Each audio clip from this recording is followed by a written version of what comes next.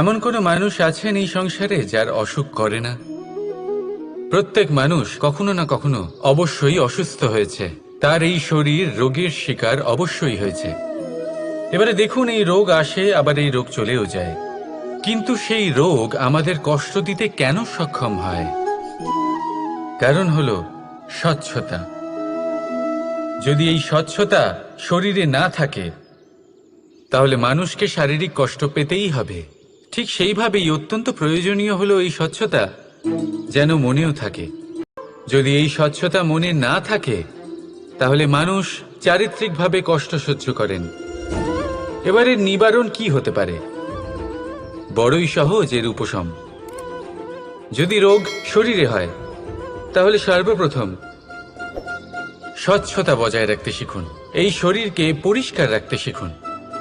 বিচক্ষণতার সাথে এই রোগের সম্মুখীন হন, ভয় পাওয়ার কোনো দরকার নেই।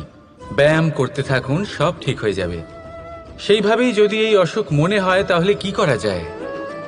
সর্বপ্রথম তার আধারের উপরে নজর দিন। আপনার এই আধারই হলো আপনার আহার। যা আপনি আহার করবেন সেরকমই মানুষ হয়ে উঠবেন। সেইভাবেই আপনি যেরকম ভাবেন সেরকমই মানুষ হয়ে উঠবেন।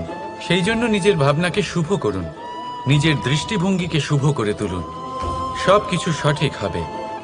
আপনার আমার সবার মধ্যেই এক রাক্ষস বাস করে, তার সম্মুখীন হন, তাকে পরাস্ত করুন। তাহলে এই রোগ সে শরীরেই হোক বা মনের মধ্যে, যদি সঠিক সময় তাকে আটকানো না যায় তাহলে যে কোনো সময় তা মহামারীর রূপ ধারণ করবে। সেই জন্য সাবধানে থাকুন, সুস্থ থাকুন। একজন মানুষ অন্য মানুষের সাথে শত্রুতা করে বসেন, দুজন ঘনিষ্ঠ বন্ধু। এমনও এক সময় আসতে পারে যখন এনারা একে অপরের শত্রু হয়ে ওঠেন। এর অনেকগুলো কারণ হতে পারে, কিন্তু মূল কারণ হলো আলোচনা। আগে হ্যাঁ, আপনি যদি কারোর বিষয়ে আলোচনা করেন তাহলে সে আপনার শত্রু হয়ে যেতে পারে। এবার মনে একটা প্রশ্ন আসতে পারে যে এটা কিভাবে সম্ভব হতে পারে? আলোচনা এটা তো অত্যন্ত জরুরি। যদি আমি নিজের বন্ধুর খারাপ কাজের বিষয়ে আলোচনাই না করি তাহলে সে শুধরবে কি করে? কথা সত্যি যে আলোচনা আবশ্যক, কিন্তু তার থেকেও বেশি গুরুত্বপূর্ণ এবং আবশ্যক হলো আপনার এই সিদ্ধান্ত এটাই যে আপনার এই আলোচনা কোন স্থানে করবেন।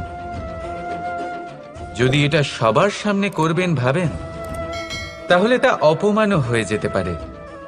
যদি এটা আলাদাভাবে করেন তাহলে তা পরামর্শ হয়ে যায়।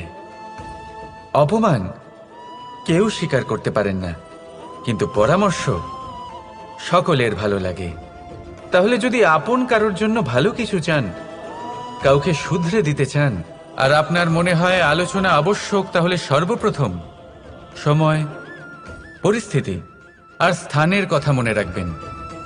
নয়তো এই আলোচনা আপনাকে খুব ভোগাতে পারে। কোনো ব্যক্তির নির্মাণ হয় কিভাবে?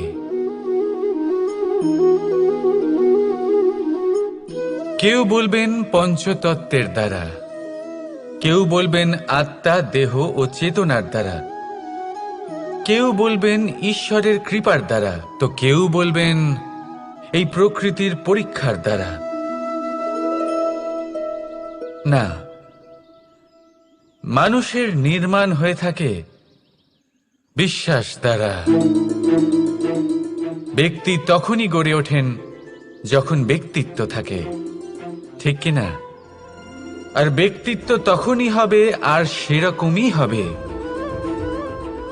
যেরকম বিশ্বাস আপনি নিজের উপরে রাখবেন। যদি আপনি মনে করেন আপনি বিষের ন্যায় হবেন তাহলে আপনি বিষাক্তই হবেন। যদি আপনি এটা মনে করেন যে আপনি অমৃতের ন্যায় হবেন তাহলে আপনি অমরই হয়ে যাবেন। যদি আপনি নিজের উপরে বিশ্বাস রাখেন যে আপনি সংসারের সব থেকে উঁচু পর্বতের শিখরে পৌঁছতে পারবেন তাহলে আপনি অবশ্যই পৌঁছবেন। যদি আপনার এরকম মনে হয় যে আপনি এরকম কখনো করতে পারবেন না, তাহলে এরকম কখনোই হবে না। ভেবে দেখবেন, বিশ্বাসের মধ্যেই বিশ্ব বাস করে থাকে। তো আপনার অস্তিত্ব কেন করবে না? যেমন বিশ্বাস আপনি নিজের উপরে রাখবেন, তেমনই আপনি হয়ে উঠবেন। সেই জন্য নিজের উপরে বিশ্বাস রাখুন। আর হ্যাঁ, ভালোবেসে বলুন, রাধা রাধা। কি ভাবছেন? আজ কৃষ্ণ রথীর স্থানে বসে আছে, যেখানে ওর সারথীর স্থানে বসা উচিত ছিল। এটাই ভাবছিলেন তো? অনেক সময় এমন হয় যে আমরা যা দেখছি তা সত্যি হয় না। যেমন সূর্যকে আমরা দেখতে পাই কারণ তাকে দেখা যায়। তবে সত্যি হলো এটাই যে আমরা সূর্যকে দেখতে পাই কারণ আমরা সূর্যকে দেখি। এবার নিজের চোখ বুজে ফেলুন। এবার দিন না রাত কিছুই যায় আসে না। ঠিক সেইভাবে ধর্ম স্থাপনের এই কাজে, ধর্মের এই পথে আমি সারথি নই, আমি হলাম রথী। আর আমি খুঁজে চলেছি সেই সারথি যিনি ধর্ম, কর্ম এবং ভক্তিতে পরিপূর্ণ। ধর্ম যা আপনাকে সঠিক পথে চালনা করে, কর্ম যা আপনাকে পরিশ্রম করায়, আর ভক্তি তাকে সেই পথ থেকে বিচলিত হতে দেয় না। আজ পর্যন্ত আমি সবার সখা ছিলাম, সবাইকে সঠিক পথে চালনা করতাম। এবার আমি খুঁজে চলেছি সেই ব্যক্তিকে যিনি আমার সখা হবেন আর ধর্ম স্থাপনের এই শুভ কাজে আমার সাথী হবেন।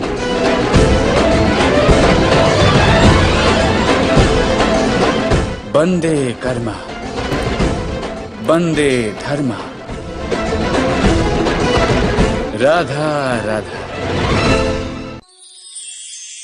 দাদা আমাকে সব সময় জিজ্ঞাসা করেন যে কানাই, তোমার এই মুখের হাসি, তোমার মুখে সব সময় কেন থাকে, কিভাবে থাকে? সামনে শত্রুপক্ষকে দেখেও ধৈর্য হারাও না, কেউ তোমার নিন্দে করলেও তার সাথে ঝগড়া করো না, কেউ তোমার বিষয় খারাপ ভাবলেও তাকে ঘৃণা করো না। কিভাবে আর কেন করো? আপনার মনেও নিশ্চয়ই এই প্রশ্ন আসে। এবারে বলি, এর উত্তর অত্যন্ত সরল। কখনো দেখেছেন গরু আর তার বাচ্চাকে কিভাবে সে তার মায়ের দুগ্ধ পান করে? সুখে থাকে কারণ ও জানে যে ওর মা এই দুগ্ধরূপী অমৃত ওকে খাওয়াতেই থাকবে।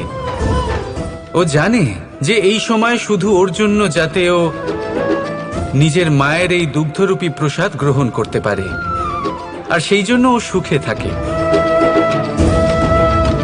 সেইভাবেই এই জীবন হলো ভালোবাসা। এতই ছোট হলো এই জীবন যে ভালোবাসার জন্য কম পড়ে যায়। ঘৃণা করে কেন সময় নষ্ট করব? আমি এটাই করি, আপনিও এটাই করুন।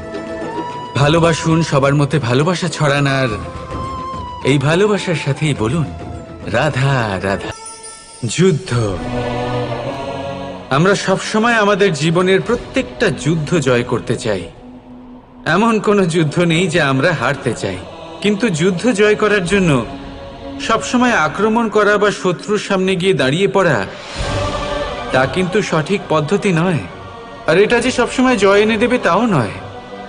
জেতেন তিনি যিনি আগে শান্ত হয়ে শত্রুকে দেখেন, বোঝার চেষ্টা করেন, পরখ করেন, তার শক্তির সম্পর্কে অনুমান করেন, পরিকল্পনা করেন, আর তারপর বিবেক দিয়ে তার সম্মুখীন হন। কারণ শত্রু যে কেউ হতে পারে। শত্রু একজন মহাযোদ্ধা হতে পারে, আবার হতে পারে এক মহাব্যাধিও। যদি যোদ্ধা হয় তাহলে তার শক্তিকে বুঝুন, তার দুর্বলতা বুঝুন। আর যদি ব্যাধি হয় তাহলে তার ছড়ানোর কারণ বুঝুন, আর তারপর সেই কারণের ওপর প্রহার করুন। রোগ মুক্ত হয়ে যাবে আর তাকে পরাস্ত করা অত্যন্ত সহজ হয়ে যাবে।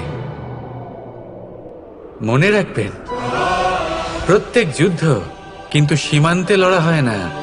কিছু যুদ্ধ এমনও হয় যাতে ঘরে বসে জয়লাভ করা সম্ভব।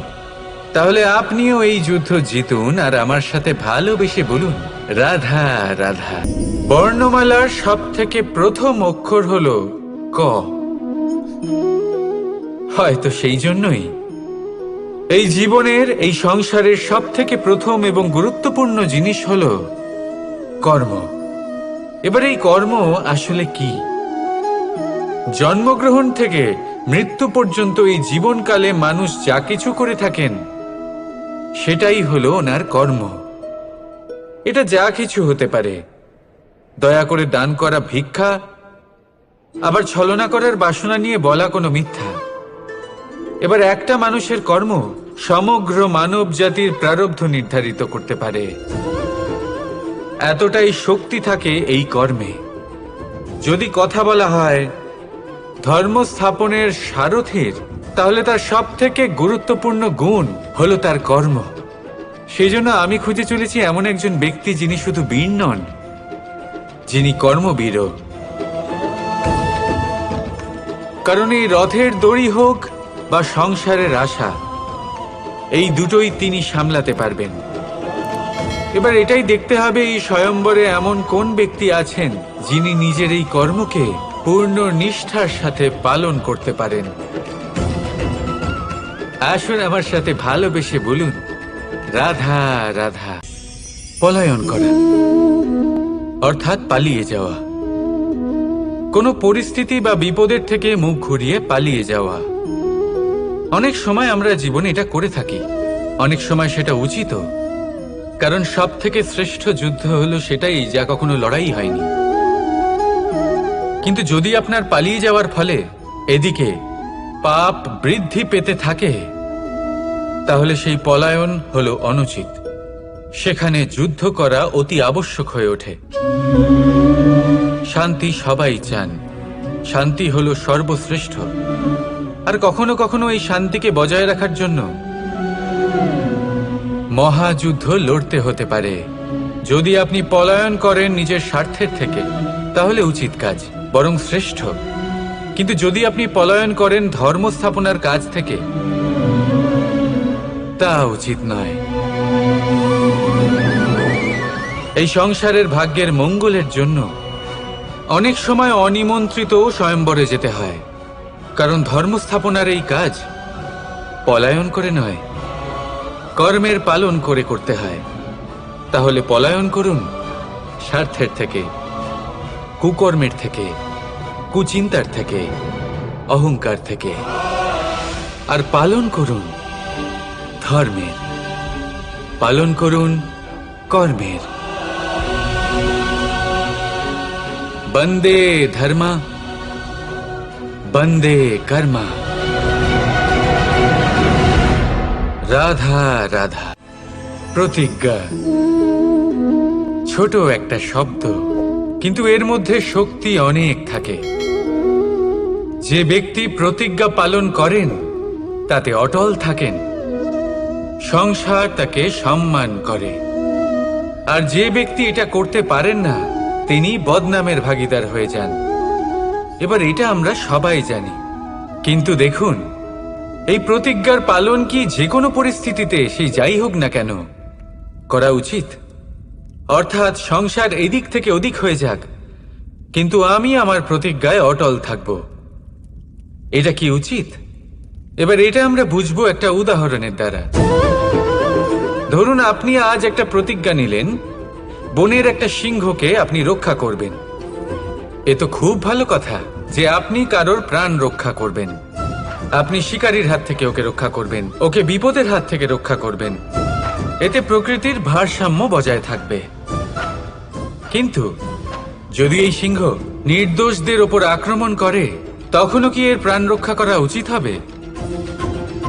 তখনও কি নিজের প্রতিজ্ঞায় অটল থাকা উচিত হবে? না, কারণ তখন এটা পাপে পরিণত হবে। কোন রকম প্রতিজ্ঞা, কোন রকম প্রতিশ্রুতি যদি এই প্রকৃতির ধ্বংসতে সহায়ক হয়, যদি ভারসাম্য নষ্ট হয়, তাকে ওখানেই ভেঙে দেওয়া উচিত। আর এটা আপনাকে শিখতেই হবে, সময়ের সাথে আপনাকে বদলাতে হবেই। কারণ যিনি সময়ের সাথে বদলান না, সেই প্রকৃতি তার ব্যক্তিত্ব বদলে দেন। মনে রাখবেন, সেটাই হলো প্রতিজ্ঞা, সেটাই হলো প্রতিশ্রুতি যা এই সংসারের মঙ্গল করে।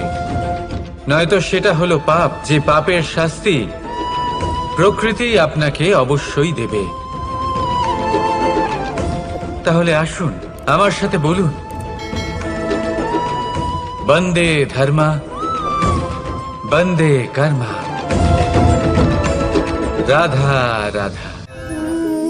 এই স্বয়ম্বরে আসার আমার একটাই উদ্দেশ্য ছিল, আমার এই ধর্ম স্থাপন করার কাজের জন্য একজন সারথি নির্বাচন করা। আর ধর্মবীর এবং কর্মবীরের নির্বাচন তো হয়েই গেছে। এবার এটাই দেখতে হবে যে জ্ঞান কার মধ্যে রয়েছে, কে আছেন যিনি মহাজ্ঞানী। এবার বলি, যে জ্ঞানের কথা আমি বলছি তা সেই জ্ঞান নয় যা বই থেকে পাওয়া যায়। এটা সেই জ্ঞান নয় যা বটগাছের মতো বিশাল আকার হয় বা পর্বতের মতো অটল হয়। না, আমি যে জ্ঞানের কথা বলছি এটা হলো সেই জ্ঞান যা জীবনের পাঠশালা থেকে শেখা হয়। জীবনের প্রত্যেকটা ঘটনা থেকে এই শিক্ষা পাওয়া যায়, যা হলো বাতাসের মতোই সরল আর জলের মতো নিজের পথ সে নিজেই বানিয়ে নেয়। আমি সেই জ্ঞানের কথা বলছি। এবারে দেখতে হবে কে এই মহাজ্ঞানী, কে আছেন যার মর্যাদার বিষয়ে জ্ঞান রয়েছে, কে আছেন যিনি শাস্ত্র এবং শস্ত্রের মতোই বিনম্রতারও জ্ঞান রাখেন। এমন কে আছেন সেটাই তো দেখতে হবে, কারণ ধর্মের এই রথকে অগ্রসর করার জন্য জ্ঞানের চাকা অত্যন্ত গুরুত্বপূর্ণ। তাহলে আসুন আমার সাথে ভালোবেসে বলুন, রাধা রাধা। যদি সন্তান কোনো দুষ্কর্ম করে, তাহলে সেই অপরাধ শুধু কি সেই সন্তানের? না, যদি সন্তান দুষ্কর্ম করে তাহলে অপরাধী তার মাতা পিতাও, যারা পুত্রমোহর কারণে সেই অনুচিত কাজে তাকে বাধা দেননি। অপরাধী হলেন তার পিতামহ, যিনি নিজের কর্তব্যবোধের কারণে নিজের পরিবারের যত্ন নেননি, যিনি সন্তানকে কখনো শাস্তি দেননি। অপরাধী হলেন তার সেই গুরুও, যিনি নিজের শিষ্যের সেই দুষ্কর্ম দেখেও তাকে প্রতিহত করতে পারেননি। একজন হবু রাজার কর্তব্য হলো নিজের প্রজার কাছে সে যেন এক উদাহরণ প্রস্তুত করতে পারে, কিন্তু যদি এত অনুচিত উদাহরণ প্রস্তুত হয়ে থাকে, তাহলে মা বাবার, বাড়ির বয়োজ্যেষ্ঠদের কর্তব্য হলো ওনারা যেন সেটা সেখানেই থামায়, হয় ভালোবেসে নয়তো শাস্তি দিয়ে। যদি না থামানো হয় তাহলে মহাভারত অবশ্যম্ভাবী। অনেক ব্যক্তির মনে একটা প্রশ্ন জাগে আমাকে আর রাধাকে নিয়ে। বলেন যে, না আমি আর রাধা একসাথে থাকি, না আমাদের বিয়ে হয়েছে, আমি এখানে দ্বারকাতে ও ওখানে বর্ষণাতে, তাও এত ভালোবাসা কি করে? এ কেমন সম্পর্ক? আমি তাদের একটা সহজ কথা বলতে চাই। আপনি কখনো আয়নার দিকে দেখেছেন? নিজের দুই চোখের দিকে তাকিয়ে জিজ্ঞাসা করুন, এই দুই চোখ একসাথে কেন বন্ধ হয়, একসাথে কেন খোলে, একসাথে কেন ঘুমোয়, একসাথে কেন কাঁদে? আজীবন কোনো এক মানুষের সাথে সম্পর্ক রাখা অবশ্যই সম্ভব, তাদের সাথে দেখা না করে। আমার আর রাধার ভালোবাসাও কিছুটা এরকমই, আর কিছুটা এরকমই হয় ভালোবাসা দুই নয়নের মতো, যারা কখনোই মিলিত হবে না কিন্তু চিরকালের জন্য একসাথে জুড়ে থাকবে। এই অনুভূতি নিঃস্বার্থ হয়, আর এই নিঃস্বার্থ ভালোবাসা আপনাকে আনন্দের পথে অগ্রসর করে। জীবনে সবসময় নিঃস্বার্থভাবে ভালোবাসুন, শুধুমাত্র আনন্দই পাবেন। তাহলে আসুন আমার সাথে নিঃস্বার্থ। মানুষ অসুস্থ কেন হন? শারীরিক দুর্বলতার কারণে? না, মানুষ অসুস্থ হন তার মানসিকতার কারণে, তার বিবেকের কারণে, তার কর্মের কারণে, তার ক্রোধের কারণে। আর যখন কেউ সুস্থ হন, ঠিক হয়ে যান, তার মানে এটা নয় যে শুধু ওষুধের জন্য তিনি সুস্থ হয়েছেন। না, এটা কারোর তার প্রতি প্রেমের প্রভাব, বিশ্বাসের প্রভাব, সম্বলের প্রভাব। শুধুমাত্র ওষুধ দিয়ে কিছুই হয় না। যদি মনে প্রেম থাকে, বিবেক থাকে, বিশ্বাস থাকে, সম্বল থাকে, তবেই সেই ওষুধ কাজ করতে পারে। তাই মনে রাখবেন, এই জীবন হলো অত্যন্ত ছোট। মনে প্রেম ভাব রাখুন, মিত্রতা করুন, শত্রুতা নয়। ভালোবাসুন, বিদ্বেষ নয়। আর এই ভালোবাসার সাথেই বলুন রাধা রাধা। মানুষ নিজের জীবনে ঈশ্বরকে খুব মান্য করে, ওনার জন্য কি না করে। ভিন্ন ভিন্ন নামে তাকে স্মরণ করে, তাকে পুজো করে, তার আরাধনা করে। সে জানে যে ঈশ্বর তাকে শক্তি অবশ্যই দেবেন, তাকে সাহায্য অবশ্যই করবেন। কিন্তু যখন প্রশ্ন আসে গুরু এবং ঈশ্বরের, তখন গুরুর মান কখনো কম হওয়া উচিত নয়। কারণ সত্যি বলতে কি, গুরুই হলেন সেই সিঁড়ি যা বেয়ে আপনি ঈশ্বরের কাছে পৌঁছানোর পথ খুঁজে পাবেন। সেই পথ আপনি গুরুর থেকেই পাবেন। গুরু না থাকলে আপনি কখনো ঈশ্বর লাভ করতেই পারবেন না। আর জীবনে অনেক সময় লক্ষ্যের থেকেও অনেক বেশি গুরুত্বপূর্ণ হলো পথ। তাই এই পথের সম্মান করতে শিখুন, অর্থাৎ গুরুকে সম্মান করতে শিখুন। কারণ গুরুই হলেন পরমেশ্বর। তাহলে আসুন আর আমার সাথে ভালোবেসে বলুন রাধা রাধা। অহংকার অত্যন্ত বলশালী হয়। এই অহংকার মানুষকে কখনো নত হতে দেয় না। অদ্ভুত ব্যাপার, এই অহংকার যা মানুষকে কখনো নত হতে দেয় না, সেটাই তার পতনের কারণও হয়ে দাঁড়ায়। যেখানে মানুষ এটা ভাবতে শুরু করে যে শুধুমাত্র সেই যোগ্য, সেখান থেকেই তার পতন। রাধা। মানুষ এক অত্যন্ত বিচিত্র প্রাণী। পরিকল্পনা করে, ষড়যন্ত্র করে, প্রচেষ্টা করে কিনা। দেখুন, যদি কোনো মানুষ এটা ভাবে যে আমি এই সব কিছু করতে পারি, তাহলে তা হলো বিশ্বাস। কিন্তু যদি সে এটা ভাবতে থাকে যে শুধুমাত্র আমি এই কাজ করতে পারি, তাহলে তা হলো সেই ব্যক্তির অহংকার। আর এটা আপনাকে বিনাশের দিকে অবশ্যই নিয়ে যাবে। মনে রাখবেন, যখন আমি আর শুধুমাত্র এই দুই এক হয়ে যায়, সেখান থেকে আপনার পতনের সূত্রপাত হবেই। তাই আপনি কখনোই এই অহংকারের চক্রব্যূহে ফেঁসে যাবেন না। বিশ্বাস রাখুন নিজের ওপর এবং অন্যের ওপরও। আর মনে রাখবেন, বিশ্বাসের মধ্যে বিশ্বের প্রত্যেকটা বস্তু বসবাস করে। তাই এই অহংকারকে ত্যাগ করে ফেলুন আর আত্মবিশ্বাসের ওপর মনোসংযোগ করুন। আর আমার সাথে ভালোবেসে বলুন রাধা রাধা। জীবনে এমন কিছু কাজ রয়েছে যা আপনাকে একাই করতে হয়, আর এমন কিছু কাজ রয়েছে যা আপনাকে একসাথে মিলে করতে হয়, একজোট হয়ে, সঙ্গবদ্ধ হয়ে। এবার সঙ্গবদ্ধ বলতে কি বোঝাতে চাইছি?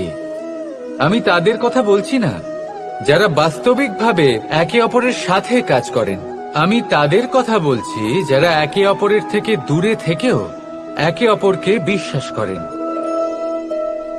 আমি আগেও বলেছিলাম, সমস্ত বিশ্বের আশা বিশ্বাসেই বসবাস করে, তাই না?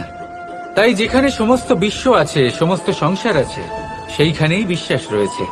তাই আপনার আশেপাশে এমন দল সঙ্গবদ্ধ করুন যাদের আপনার উপর বিশ্বাস আছে আর যাদেরকে আপনি বিশ্বাস করতে পারেন।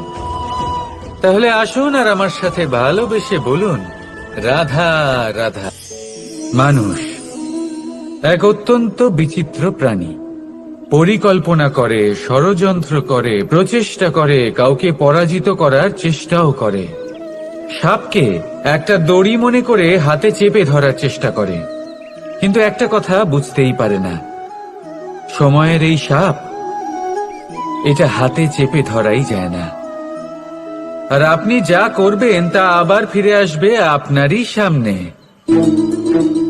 দেখুন, এতে কিছুই যায় আসে না যে আপনি কুম্ভকারের পুত্র নাকি কৃষ্ণের পুত্র।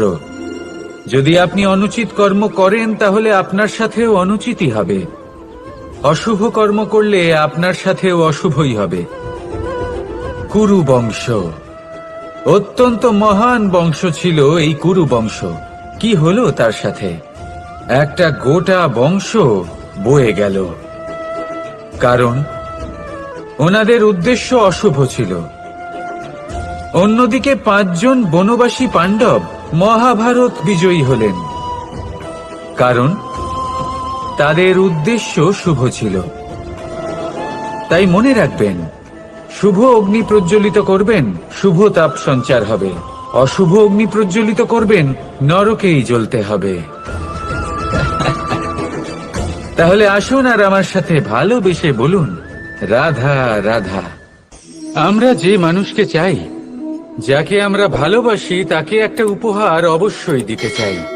এমন এক উপহার যা ওনার ভালো লাগবে, যা শ্রেষ্ঠ হবে, অতি প্রিয় হবে, বহুমূল্য হবে, বা বলতে পারেন মূল্যবান হবে। তাই আমরা কি করি? আমরা বাজারে যাই, তার জন্য স্বর্ণ, আভূষণ, হিরে, মুক্তো এইসব নিয়ে আসি। কিন্তু এটাই কি সর্বশ্রেষ্ঠ উপহার? কখনোই না। সর্বশ্রেষ্ঠ উপহার হলো স্বাধীনতা। তাকে নিজের মনের মতো বাঁচার স্বাধীনতা। যদি আপনি কাউকে স্বাধীনতা না দিতে পারেন, তাহলে সে কোথাও না কোথাও বন্দী হয়ে যায়, তার বিকাশ কোথাও না কোথাও আটকে যায়। কিন্তু যদি আপনি কাউকে স্বাধীনতা দিতে পারেন, তাহলে আপনি দেখবেন ও সমস্ত সংসারকে, এই জীবনকে নিজের দৃষ্টিভঙ্গি দিয়ে দেখবে, বুঝবে যে কোনটা হলো উচিত আর কোনটা হলো অনুচিত। আর এটাই হলো সর্বশ্রেষ্ঠ। আর এবার যদি কাউকে স্বাধীনতার মাধ্যমে এত বড় একটা শক্তি দিতে পারেন, তাহলে আপনি আমাকে বলুন, এর থেকে বড় উপহার আর কি হতে পারে?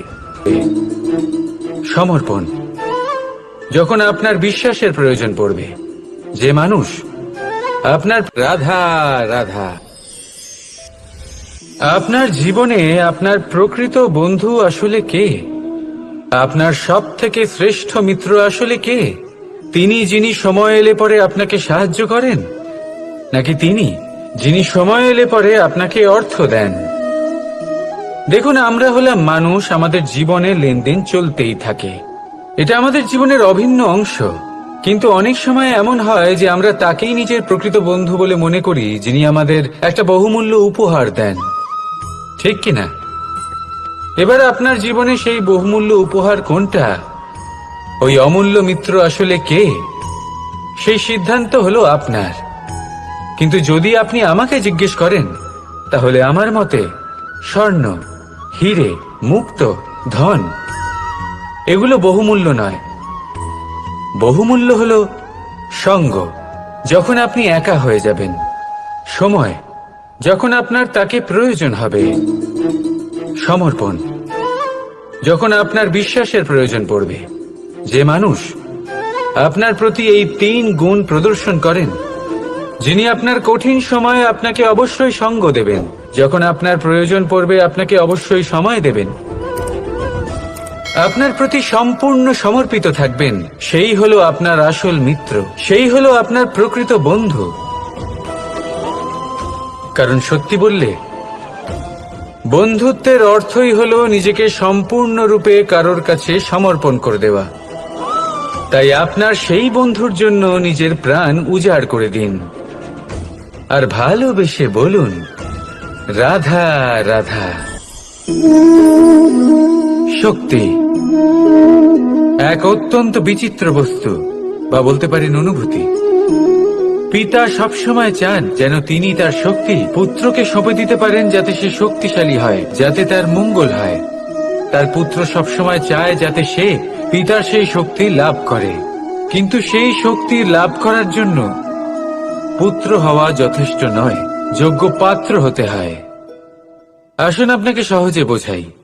যদি আপনি সুপাত্র হন আর আপনাকে শক্তি দেওয়া হয়, তাহলে আপনি সেই শক্তির গুরুত্ব বুঝবেন, কোথায় সেই শক্তি প্রয়োগ করা উচিত সেটা বুঝবেন। আর এটা যেহেতু অর্জন করা শক্তি হবে, সেই শক্তির অপব্যবহার হবে না। কিন্তু যদি এই আপনি কুপাত্র হন আর যদি আপনাকে এই শক্তি দেওয়া হয় তাহলে কি হবে? দেখতে গেলে এই শক্তি আপনি দান হিসেবে পেয়েছেন, তাই না আপনি এই শক্তির গুরুত্ব বুঝবেন আর না এর প্রয়োগ আপনি জানবেন। তার অপব্যবহার হওয়া সুনিশ্চিত। তাই যদি আপনি কোনো শক্তি অর্জন করতে চান তাহলে আগে তার যোগ্য হয়ে উঠুন। পুত্র নয়, পাত্র হয়ে উঠুন। আর আমার সাথে ভালোবেসে বলুন, রাধা রাধা।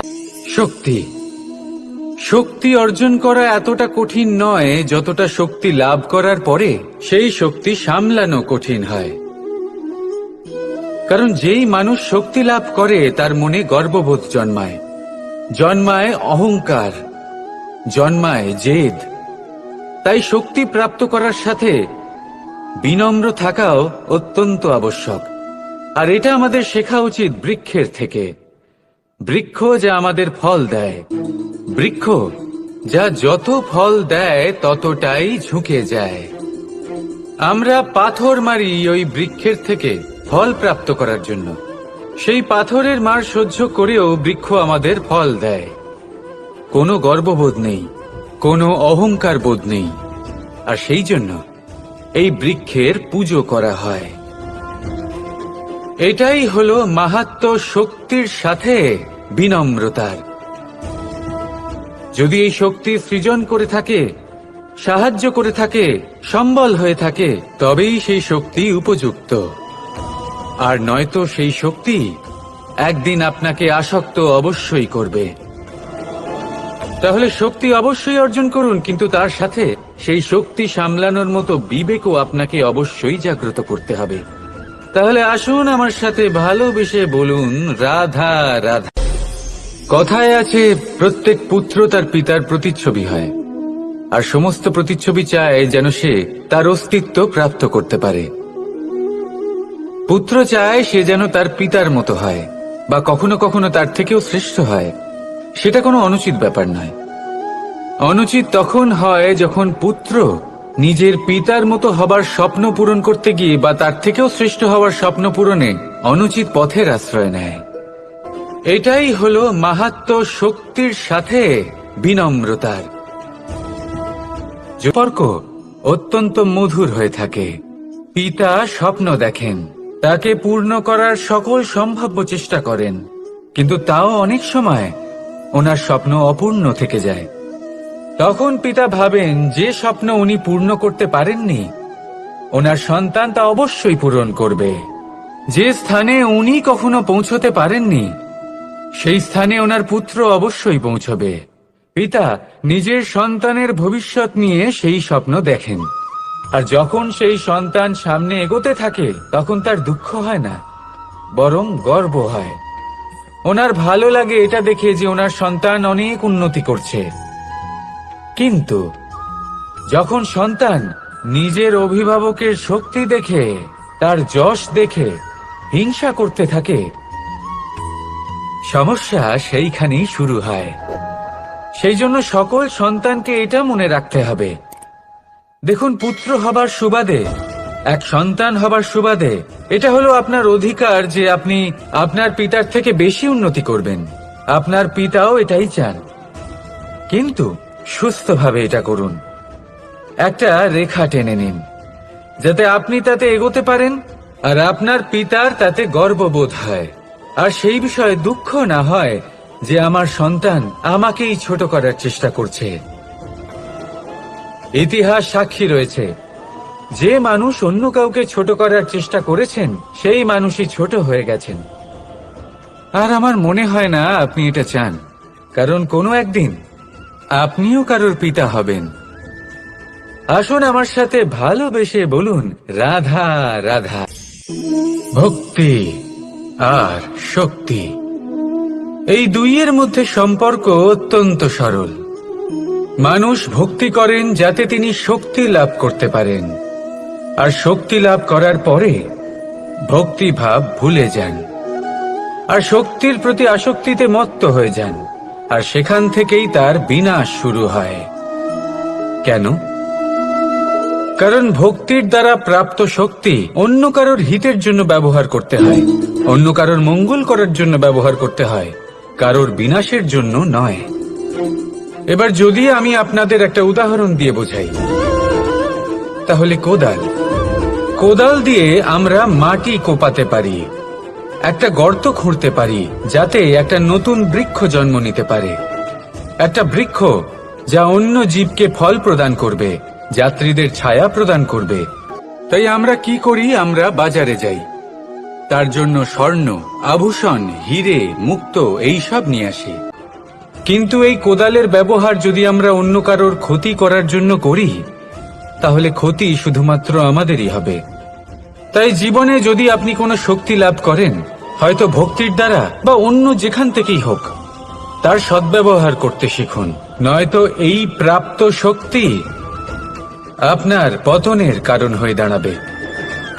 তাহলে আসুন আমার সাথে ভালোবেসে বলুন, রাধা রাধা।